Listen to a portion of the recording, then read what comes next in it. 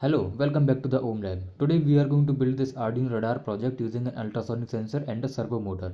And we will also learn its step-by-step working and how to process the data coming from the ultrasonic sensor in the processing app. And I will also show you what is the correct way of providing power in this circuit, which most of the people usually ignore in this project. So let's get started.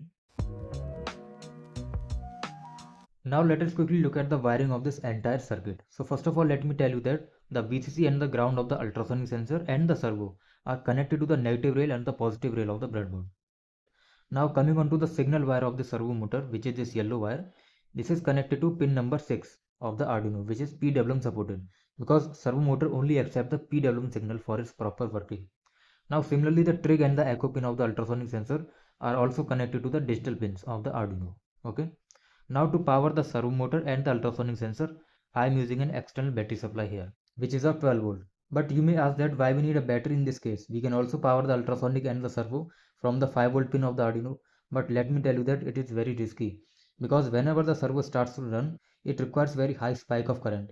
But Arduino pins can only provide around 20 milliampere, which is way more less than what the servo motor actually requires for its proper working.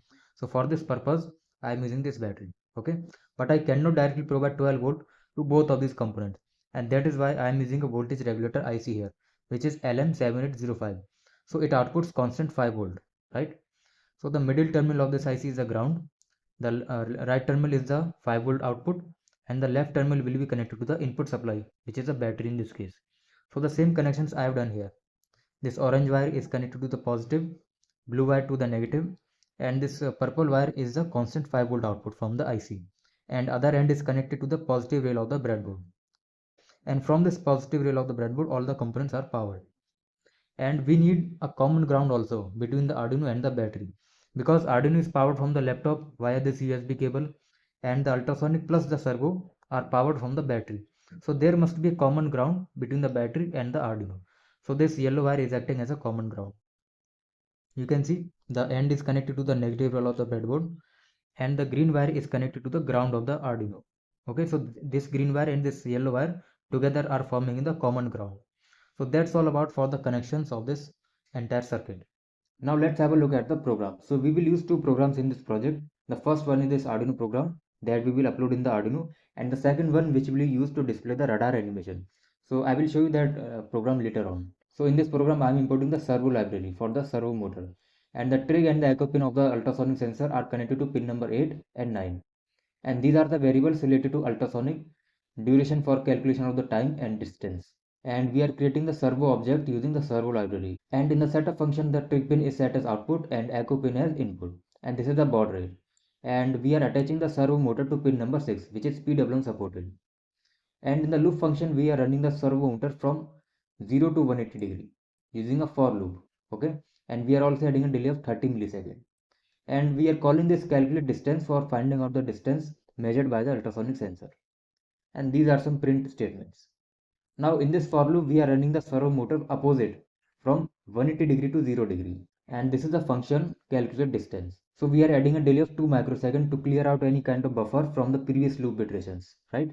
And the actual calculation starts from this line. So after setting the trig pin as high, we are adding a delay of 10 microseconds, and then again we are writing low signal on the trig pin.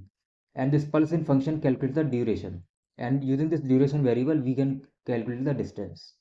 So this is a program that is used to display the radar animation, and this program is written inside the processing ID. The link for downloading of that processing ID is given in the description.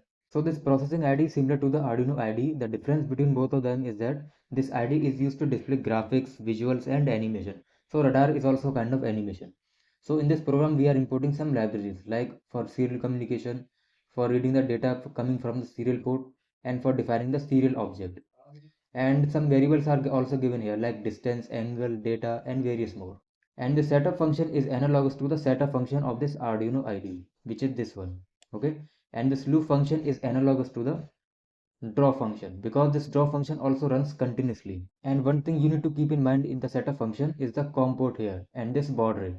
So if you see in this Arduino ID, the COM port is showing as COM4. So whichever the COM port is showing in your Arduino ID, that you need to enter here. Okay, and you need to enter the baud rate here, whichever baud rate you are using in your Arduino ID. And in the draw function, we are calling some functions like draw radar, which is used to draw the radar background, draw line, which is used to draw the moving green lines, and this draw object for displaying the red line showing the detected object position, and the draw text to display some text like current, angle, distance. And this serial event function, we are reading the data coming from the serial port, right? So this is the actual data, and all the functions are given here like draw radar, draw object, draw line, and draw text. Now one thing you need to observe here, that if the distance of the object is greater than 40 centimeter, then the object will not be considered as detected, right? It will be set as out of range. And if the object is within 40 centimeter, then obviously it will be considered. And on the radar screen, I am displaying the text as my channel name, the ohm lab. You can change this name as you wish, right? Like you can also display your project name here or your personal name here.